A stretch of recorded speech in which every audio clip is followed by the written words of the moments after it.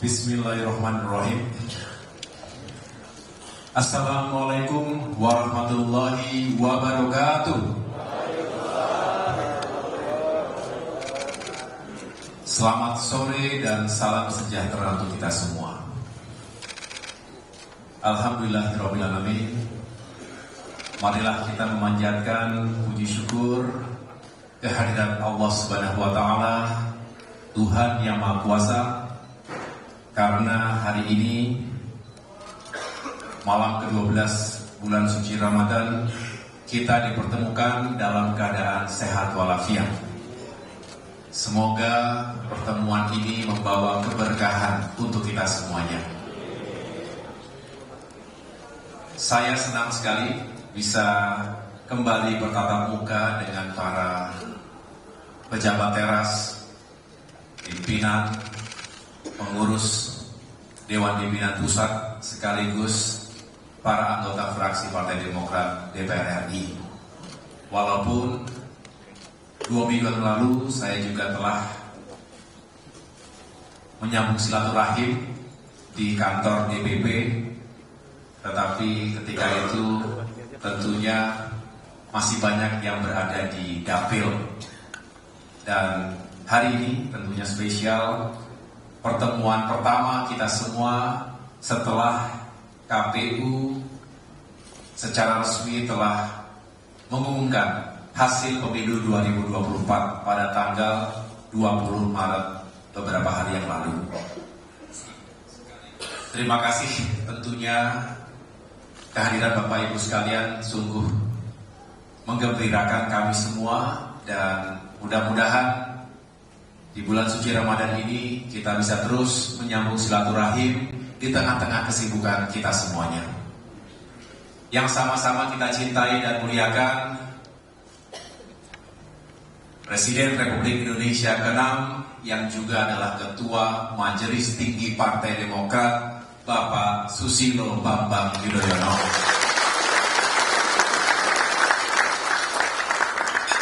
Terima kasih Bapak SBY yang telah berkenan hadir.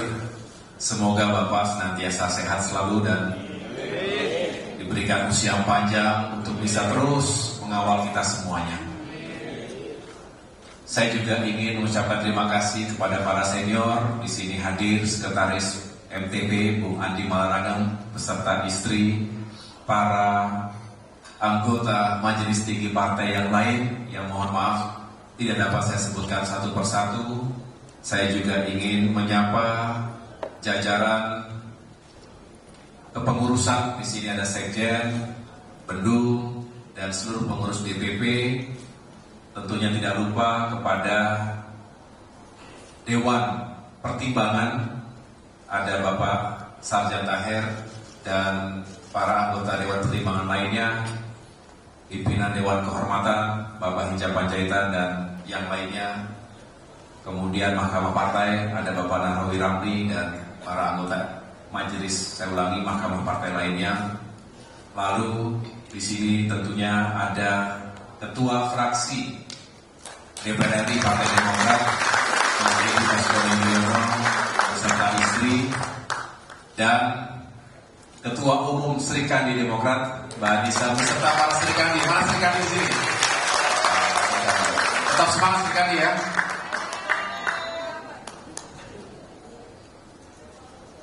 Kita tidak perlu terlalu serius hari ini, walaupun senyap. Ini karena puasa ini kan. Kok kayaknya serius sekali kita hari ini. Boleh senyum, mana senyum ya. Terima kasih, masih bisa senyum semuanya berarti. Teman-teman media, terima kasih sudah hadir juga. Kita tentunya ingin berbagi cerita karena sudah lama tidak ketemu, banyak yang baru ketemu lagi setelah pemilu kemarin. Ya, tetapi saya tentunya ingin terus membangun kebersamaan dari waktu ke waktu.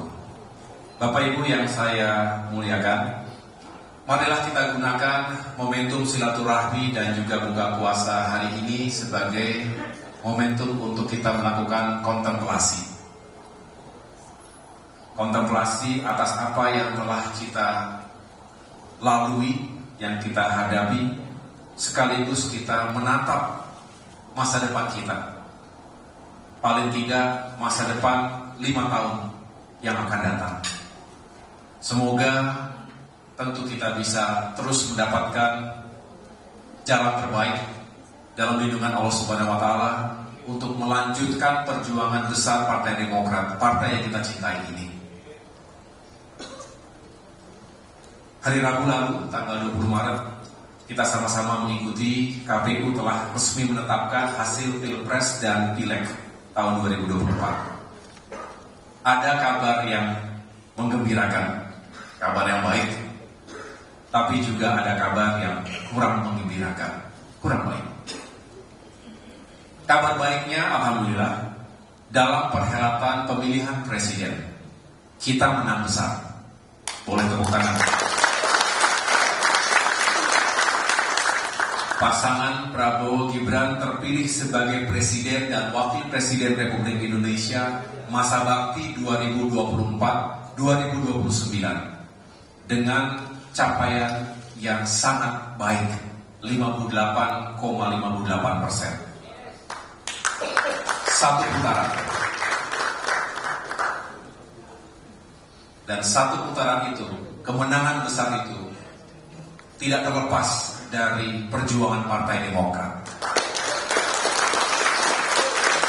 Ini yang kemudian menjadi tidak heran ketika banyak pihak yang mengapresiasi keringat perjuangan Demokrat untuk memenangkan pasangan Prabowo Gibran ini. Bahkan Bapak Prabowo Subianto beberapa kali menyampaikan hal itu secara langsung kepada saya maupun kepada Bapak SBY, termasuk secara terbuka di berbagai kesempatan. Artinya, Demokrat dinilai telah menjalankan tugas dengan penuh tanggung jawab. Dengan mesin partai politik yang solid, kita berhasil bukan hanya untuk memenangkan battleground di Jawa Timur, tetapi juga di berbagai daerah di Indonesia. Saya ingat betul ketika pada bulan November 2023 mendapatkan tugas untuk memenangkan Bapak Prabowo Subianto di Jawa Timur. Ketika itu dipotret elektabilitas berada di angka sekitar 42%. Tetapi berkat kerja keras kita semua, utamanya yang kita hormati bersama Bapak SBY yang tidak kenal lelah turun gunung pagi siang malam dari satu kabupaten kota ke kabupaten kota lainnya, jalan darat, naik bis, menginap 85 kabupaten kota dalam waktu 2 bulan. Luar biasa. Ini sesuatu yang tidak bisa dilakukan oleh banyak orang, apalagi tokoh sebesar beliau dengan usia yang tidak muda lagi. Tetapi beliau tunjukkan itu demi komitmen dan dedikasi Partai Demokrat kita bersama untuk memenangkan Pilpres 2024. Dan tentu bukan Demokrat sendiri yang bekerja, banyak tokoh yang lain, tetapi yang jelas Demokrat benar-benar menunjukkan kerja kerasnya sehingga di antara yang lain kemenangan Bapak Prabowo di Jawa Timur mencapai angka 66%. Ini luar biasa.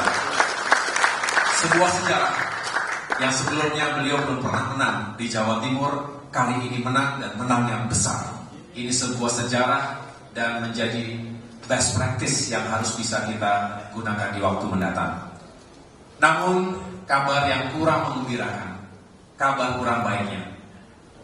Meskipun kita telah berhasil menaikkan suara dari 10,8 juta menjadi 11,2 juta suara secara nasional, tetapi kita belum berhasil meningkatkan, bahkan belum berhasil untuk mempertahankan kursi-kursi kita di DPR, utamanya DPR RI. Sebagai pemimpin partai secara kesatria, saya tentu mengambil tanggung jawab ini secara keseluruhan.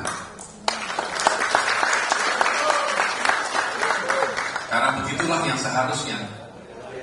Kalau ada yang berhasil, berarti milik semua. Tetapi kalau ada yang kurang berhasil, tanggung jawab harus diambil oleh sang pemimpin. Setuju? Saya berharap nilai seperti ini, budaya organisasi seperti ini, kepemimpinan seperti ini yang juga diajarkan oleh Bapak SBY bisa kita jadikan pedoman dimanapun kita berada. Saya juga berharap ini juga terjadi atau dilakukan di tingkat provinsi, kabupaten, kota, hingga yang paling bawah. Kalau sudah seperti itu, artinya ada semangat kita bukan hanya sekedar bertanggung jawab atas apa yang telah kita lakukan dan kita jalani, tetapi punya tanggung jawab untuk melakukan perbaikan ke depan. Setuju? Sebelum kita membahas apa yang menjadi faktor-faktor yang memberatkan hasil kemarin, kita terlebih dahulu harus punya sikap dan mental seperti itu. Karena hanya dengan itu kita bisa menjadi lebih baik dari waktu ke waktu. Dan izinkan saya, tidak dalam konteks yang defensif, izinkan saya untuk menyampaikan beberapa hal ini. Situasi partai kita 5 tahun terakhir ini memang tidak mudah.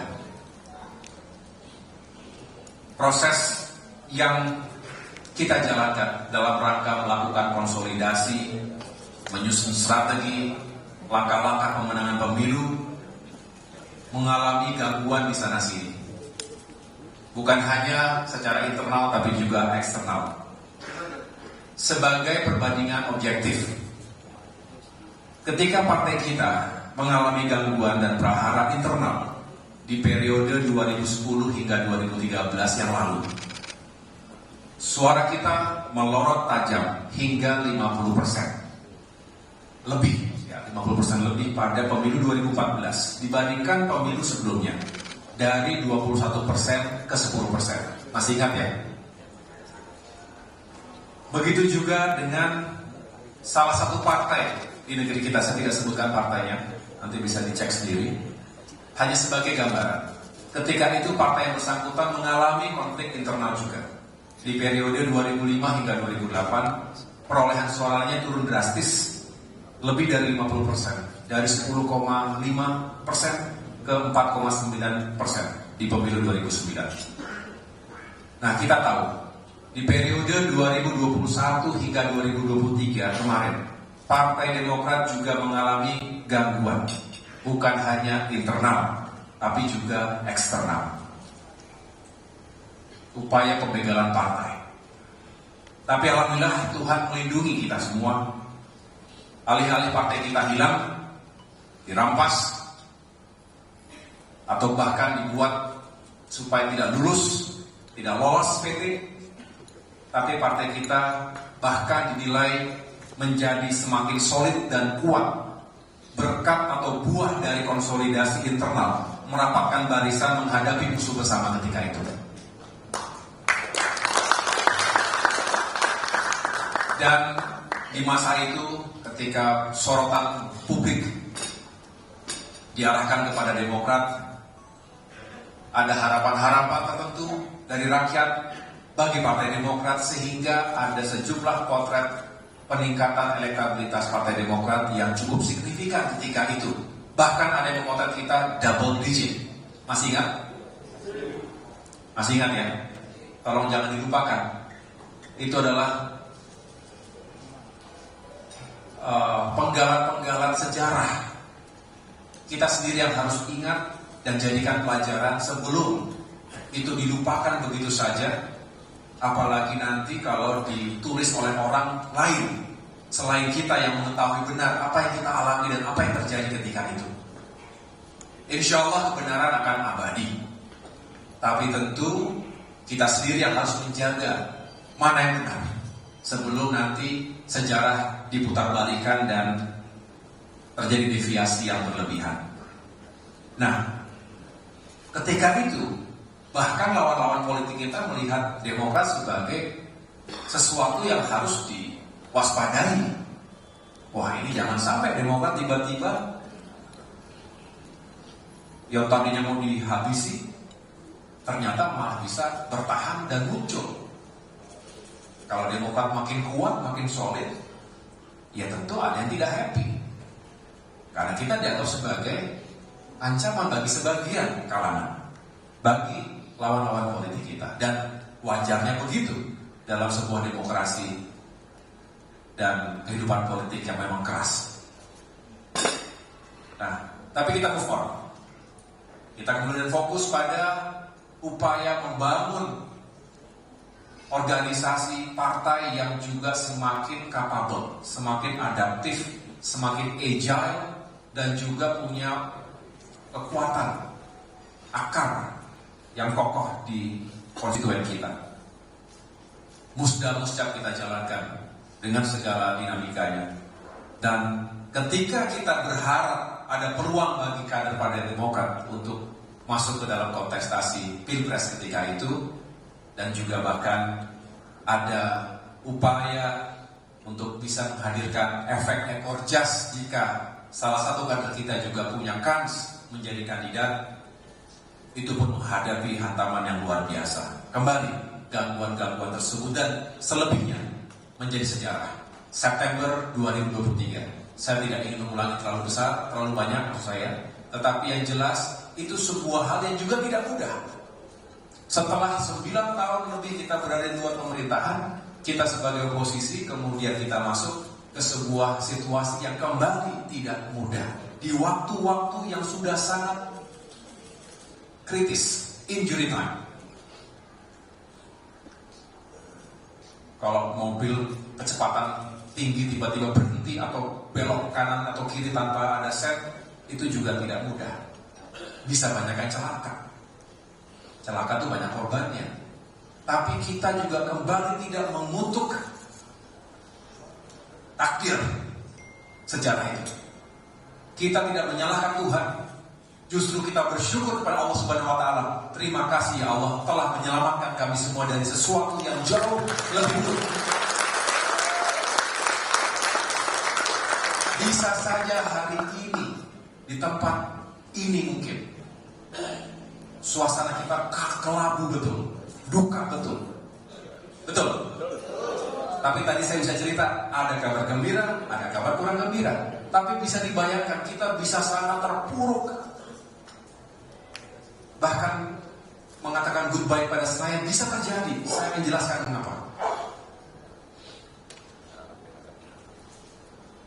Tapi sebelumnya mudah-mudahan yang tidak baik terhadap kita mendapatkan balasan dari Yang Maha Kuasa. Ya apapun balasan itu gitu kan. Karena kita tidak ingin terganggu dengan orang-orang yang ingin menjahati kita, kita lepaskan semuanya kepada Allah. Setuju? Jangan mengganggu pikiran pagi siang malam dalam tidur kita. Jangan rugi. Waktu kita tidak banyak, kemudian dijejali dengan orang-orang yang pernah melukai perasaan kita, nggak ada gunanya. Lepaskan kepada Allah Subhanahu wa taala. Kita lebih baik menggunakan waktu yang ada ini untuk fokus pada apa yang bisa kita perbaiki hari ini dan ke depan. Setuju semuanya? Nah, belum lagi, saya tahu Bapak Ibu sekalian, saya dan Pak SBY ini bukan hanya sebagai observer. Kami tidak nyalek, tapi bukan observer. Tapi juga pelaku di lapangan dalam arti pagi siang malam juga melakukan kerja lapangan, kampanye. Kadang untuk pilpres, sering untuk pileg. Jadi tanpa Bapak Ibu ceritakan panjang lebar, sebetulnya kami tahu apa yang terjadi di lapangan. Kami tahu Bapak Ibu telah berjuang sekuat tenaga para caleg ini.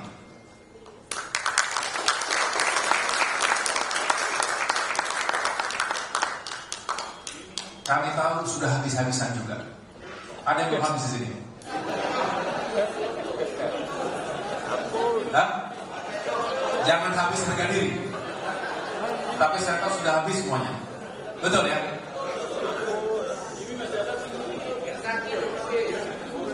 Salah siapa? Siapa yang kita bisa salahkan?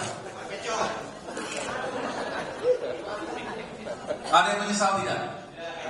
Ada yang menyesal dengan berjuang dengan Partai Demokrat? Ikhlas Tom. Ikhlas? Itu yang ngomong ikhlas kepilih atau gak kepilih? Oh, maaf sapurete. Lupakan masa lalu, sosok masa depan. Makin bijak abang ini. jadi anomali pemilu 2024. Nggak apa-apa, saya buka di sini. Teman-teman wartawan juga pasti sudah mengikuti lah. Anomali yang luar biasa mengkhawatirkan kehidupan demokrasi, termasuk kehidupan bermasyarakat, berbangsa dan bernegara. Fenomena vote buying, politik uang, memang bukan sesuatu yang baru. Betul. Tapi kali ini, tahun 2024 ini, ugal-ugalan luar biasa politik. Betul. Dari mana kita harus bisa menyiapkan uang yang luar biasa besar itu untuk mempertahankan kursi, untuk mendapatkan kursi? Saya tidak mengatakan yang kepilih kembali punya uang yang besar sekali, enggak juga. Tapi ya berat sekali untuk mendapatkan, bahkan mempertahankan kursi kita. Ya. Kalau kemudian ini tidak berubah, 5 tahun lagi, 10 tahun lagi, berapa cost yang harus dikeluarkan oleh seorang anggota atau calon anggota DPR untuk mempertahankan atau mendapatkan kursi? Berapa kira-kira? Kemudian dari mana uangnya? Istilahnya begini, yang sudah nyebar uang saja belum tentu menang, apalagi yang nyebar. Nah, sampai kapan kalau ini terjadi terus? Betul ya?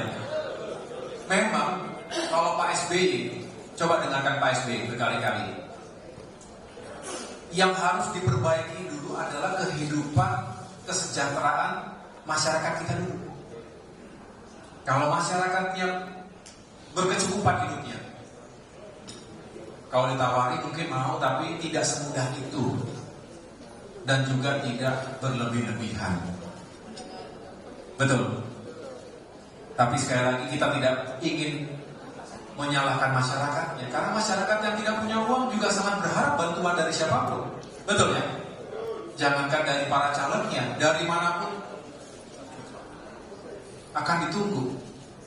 Jadi masyarakat yang tidak punya uang, jangan disalahkan begitu saja. Karena orang insting utamanya adalah mempertahankan hidupnya, survival, diri dan keluarganya. Jadi kalau kita ingin mengikis, saya tidak mengatakan menghilangkan 100% karena pasti ada saja, tapi paling tidak mengikis secara signifikan, secara drastis politik uang ini, pertama dan utama, mari sama-sama Demokrat memperjuangkan kesejahteraan untuk masyarakatnya, untuk kita semuanya, bersama semua orang bangsa lainnya. Kalau kemiskinan dipertahankan, politik vote buying akan semakin merajalela. Jadi ini perlu menjadi atensi kita bersama. Dan saya laporkan kepada Bapak Ibu sekalian, saya telah berbicara intens dengan Bapak Prabowo Subianto yang setuju. Beliau sangat setuju karena beliau juga merasakan hal yang sama. Dan Gerindra juga mengalami nasib yang tidak jauh berbeda. Artinya di luar dari ekspektasi yang telah ditargetkan sebelumnya. Ini sebuah concern bersama yang harus kita kawal. Jadi Kafrak, nanti kalau sudah tenang semuanya bersama teman-teman fraksi DPR RI, ke depan kita bicara bagaimana kita memperbaiki sistem pemilu.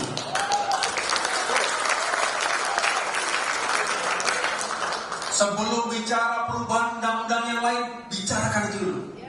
Setiap pemilu kita tidak berkualitas. Yang baik menjadi korban, yang nggak tahu dari mana tiba-tiba muncul begitu saja. Selama itu pula, bukan hanya kualitas pemilunya, tetapi kualitas demokrasi, kehidupan bermasyarakat, berbangsa dan bernegara, kita akan menjadi korban semuanya. Dan selamanya kemiskinan itu akan dijaga, karena dengan vote buying, hanya dengan itu kita bisa mendapatkan suara. Jangan sampai kita biarkan. Setuju? Kita harus berjuang agar sistem politik ke depan semakin baik, sistem pemilunya semakin baik, dan diawaki oleh orang-orang yang punya integritas.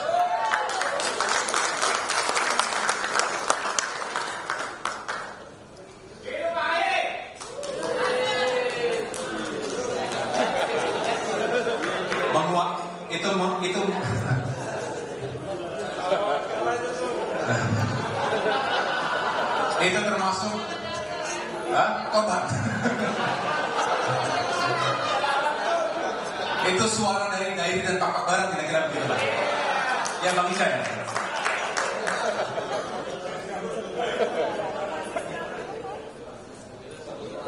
Nah, oleh karena itu kita tidak boleh menyesali. Kami dari DPP juga terus mencoba untuk mengawal dari awal ya, meyakinkan agar survei dilakukan. Ingat dulu kita melakukan survei dapil, masih ingat? Dan itu semuanya kita lakukan untuk memetakan secara langsung tiap-tiap dapil. Data saksi, saya juga tahu data saksi sudah kita distribusikan, masih ada yang nggak benar, betul ya? Yang kita perbaiki bersama. Tidak mungkin ketum memperbaiki sendiri. Kita nggak punya mata dan telinga sampai paling bawah. Tapi kita perbaiki dengan semangat yang murni, bukan partisan dalam arti untuk kepentingan sendiri, tetapi ini tujuannya tujuan bersama. Termasuk bantuan-bantuan lain yang kita anggap bisa membantu perjuangan di lapangan. Masa kampanye begitu singkat, dan bagi yang tidak punya kecukupan logistik memang tidak mudah, waktunya sangat singkat.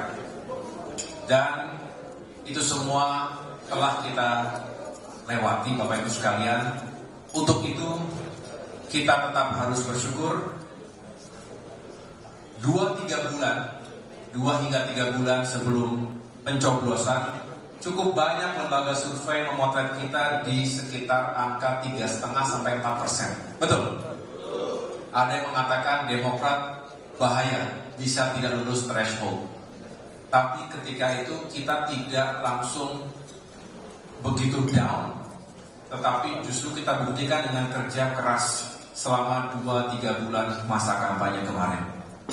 Dan oleh karena itu ketika kita pada akhirnya mendapatkan perolehan di angka 7,5% kurang lebih secara nasional, maka kita patut bersyukur. Artinya hingga mencapai hampir 2 kali lipat dari prediksi lembaga-lembaga survei tadi. Ya. Memang yang kurang beruntung bagi kita, banyak suara kita yang apa istilahnya itu? Enggak, pertama suara kita banyak yang hilang, betul? Tapi juga ada yang mendapatkan suara tapi kurang sedikit lagi mendapatkan kursi.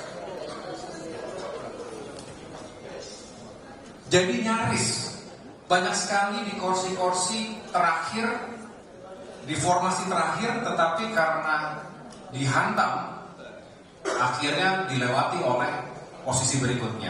Akhirnya kita keluar dari formasi. Betul? Ada yang punya nasib seperti itu di sini. Dan saya tahu masih ada yang berjuang di MK nanti. Ada yang berjuang di MK di sini. Kita kawal bersama-sama ya. Jadi bedanya dengan 2019 yang lalu, kita beruntung karena kursi-kursi kita terakhir bisa aman. Nah kini kita tidak aman. Akibat tadi saya ceritakan, luar biasanya pemilu hari ini. Nah kemudian ada juga yang luar biasa melampaui targetnya, tetapi juga belum bisa cukup untuk tambahan kursi. Misalnya Mas Ibas di Jawa Timur 7. Luar biasa kenaikan tahun ini. Berapa terakhir? 800 ribu? Enggak, total berapa? Enggak, Demokrat 476 ribu total. Besar itu kan? Tinggal butuh 30 ribu lagi waktu itu bisa kursi ketiga. Tapi memang 30 ribu juga tidak mudah. Tetapi artinya ini luar biasa kelebihan suaranya di sini. Ya, ini contoh bisa dilakukan. Ada lagi yang begitu, yang 1 hingga 2. Ada yang 1 hingga 2 di sini. Sulawesi Utara itu besar, dikit lagi bisa 2, tapi ya tidak jadi 2. Jadi inilah Bapak Ibu sekalian, banyak yang berada di bawah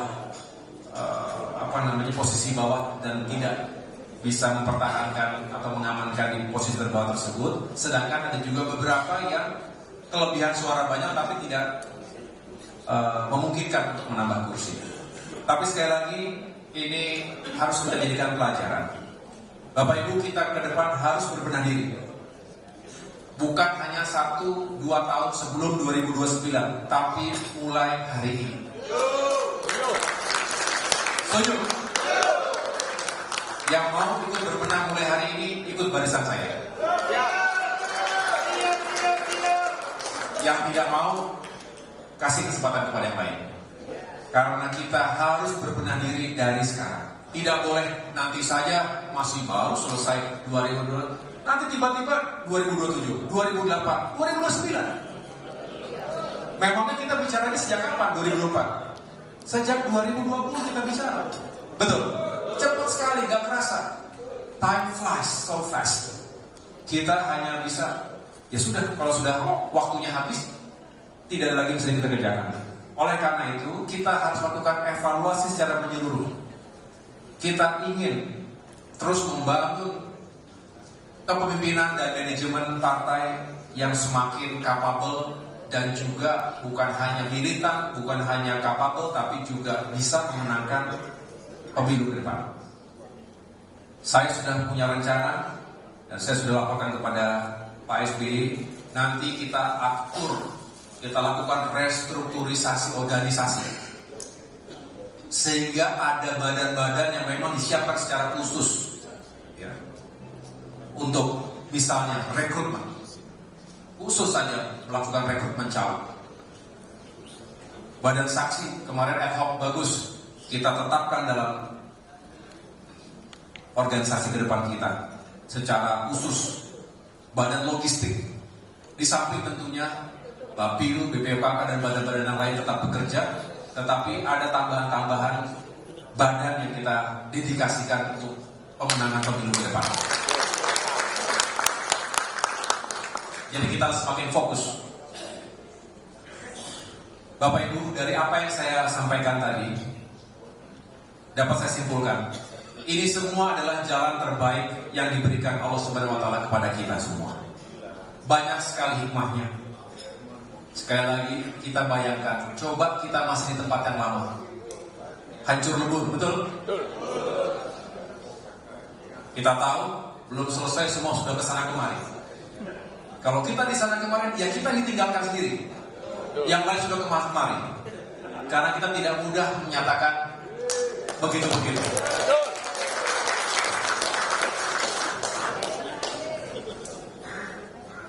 Betul kan?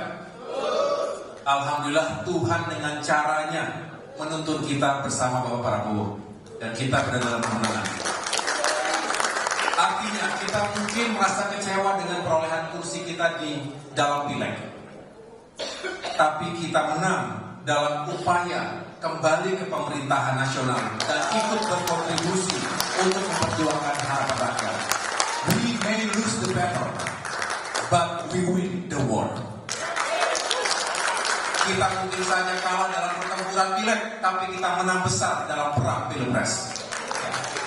Jadi kita mungkin diajarkan juga untuk tetap rendah hati, tidak mendapatkan segala-galanya, begitu. Untuk terus berjuang. Mungkin cara Tuhan lagi untuk mendidik kita, Demokrat belum terlalu kuat kamu. Harus lebih kerja keras lagi. Tidak boleh sombong kamu. Lebih rendah hati tapi lebih fokus lagi ke depan. Mungkin itu cara Tuhan juga untuk mendidik kita, mengajarkan kita untuk lebih baik lagi ke depan. Tidak tahu kita. Sama seperti tidak tahu kenapa kita akhirnya bersama Prabowo. Tapi kalau kita ketahui hari ini, Bapak Ibu sekalian, pada akhirnya perebutan kursi kita ke DPR, untuk DPR itu kan juga adalah bagaimana modal kita untuk masuk ke pemerintahan. Betul ya? Karena perjuangan kita, narasi kita, isu apapun yang kita perjuangkan selama ini, sulit rasanya kalau tidak diperjuangkan dalam pemerintahan. Betul? Kita hanya bisa menjadi kekuatan checks and balance. Itu adalah peran yang mulia. Saya mengatakan berkali-kali, ketika kita sebagai oposisi, kita menjalankan peran yang mulia. Bukan hanya sekedar berbeda dengan pemerintah, tetapi kita memberikan masukan-masukan, kritik-kritik yang membangun, dan semua kita bisa bertanggung jawabkan. Saya ketika datang ke IKN, dalam kapasitas sebagai Menteri ATR BPR tentunya, ditanya wartawan, media, loh bukannya dulu AHY Demokrat mengkritisi IKN, kenapa sekarang mengatakan harus menyusun IKN? Saya mengatakan, tolong dicek dengan baik. Kami menyampaikan kritik dengan tujuan yang baik. Ketika itu dalam masa pandemi misalnya, pasca pandemi, kita fokus pada recovery, penyelamatan jiwa masyarakat sekaligus penyelamatan ekonomi rakyat. Tapi ketika situasinya sudah membaik, ekonomi kita sudah bisa tumbuh dengan lebih baik lagi, ya jangan sampai tidak bisa sukses proyek besar itu. Itu adalah bentuk bagaimana Demokrat itu ketika di oposisi juga menjalankan tugasnya dengan baik. Tetapi ketika diberikan peran dalam pemerintahan, kita harus buktikan kita juga bisa bekerja dengan baik. Itulah jiwa kesatria Demokrat.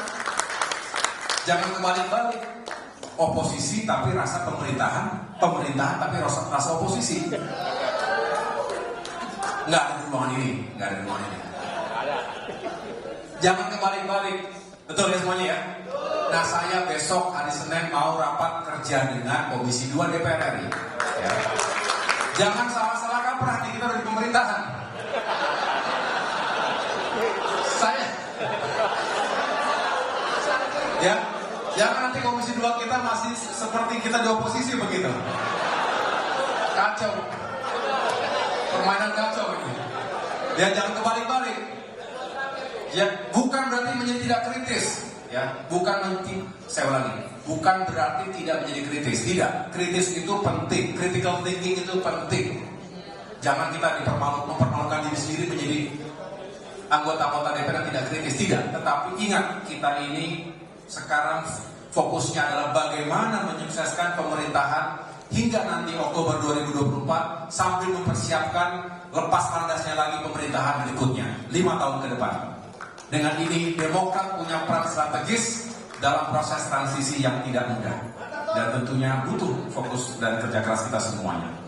Jadi kalau kita kembali lagi, kalau kita tidak kembali ke pemerintahan, katakanlah kita besar di parlemen tapi tidak kembali ke pemerintahan, kembali kita akan sulit untuk memperjuangkan aspirasi rakyat tadi. Program-program pro rakyat yang Bapak SBY katakan, pro growth, pro poor, pro jobs, pro environment, sustainable growth and equity, semua itu hanya bisa kita jalankan kalau kita kembali ke pemerintahan nasional. Jadi sekali lagi Bapak Ibu sekalian, saya ingin mengatakan di sini, jangan patah semangat, jangan kecil hati. Kita telah memenangkan peperangan Pilpres dan kita siapkan kemenangan Pileg di masa-masa yang akan datang.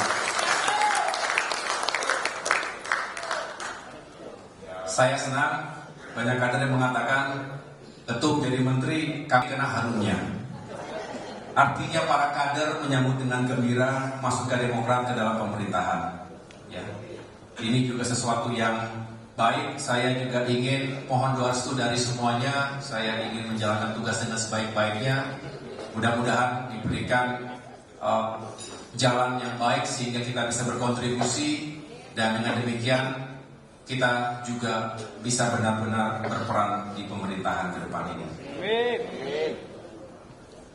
Akhirnya, Bapak Ibu sekalian, saya ingin berpesan kepada yang berhasil, kepada Bapak Ibu yang menang. Tetap rendah hati. Tetap rendah hati dan selalu ingat bahwa kemenangan Bapak Ibu, kesuksesan Bapak Ibu sekalian, ada kerja keras yang lainnya juga.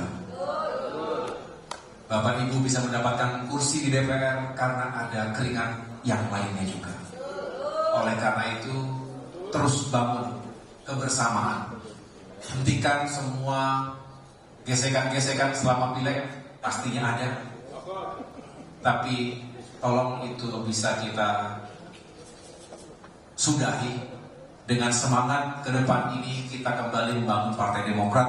Semua masih punya peluang yang sama yang baik di masa depan. Siap yang menang? Yang belum berhasil, pesan saya adalah jangan kecil hati, jangan patah arang. Bukan akhir dari segalanya. Bagi yang pernah kalah bisa mengatakan ini. Saya juga pernah merasakan kekalahan, kegagalan. Bapak Ibu juga banyak yang pernah merasakan itu. Semoga selalu ada spirit di hati kita, dalam jiwa kita, untuk lebih sukses di masa depan. Ya. Saya kembali ingatkan pesan yang sering saya sampaikan juga, menang tidak terbang, kalah tidak patah. Itu tetap berlaku. Semoga Bapak Ibu semuanya terus istiqomah dalam perjuangan panjang Partai Demokrat ini. Kita sebagai insan yang bertanggung jawab terhadap kehidupan bangsa kita juga tidak boleh menyerah. Yang kita anggap baik, kita lanjutkan. Yang belum baik, kita perbaiki. Terima kasih atas perhatiannya. Semoga Tuhan senantiasa memberikan perlindungan dan keberkahan untuk kita semua. Akhir kata, saya mengucapkan terima kasih atas kehadirannya. Kurang lebihnya saya mohon maaf. Wassalamualaikum warahmatullahi wabarakatuh. Waalaikumsalam.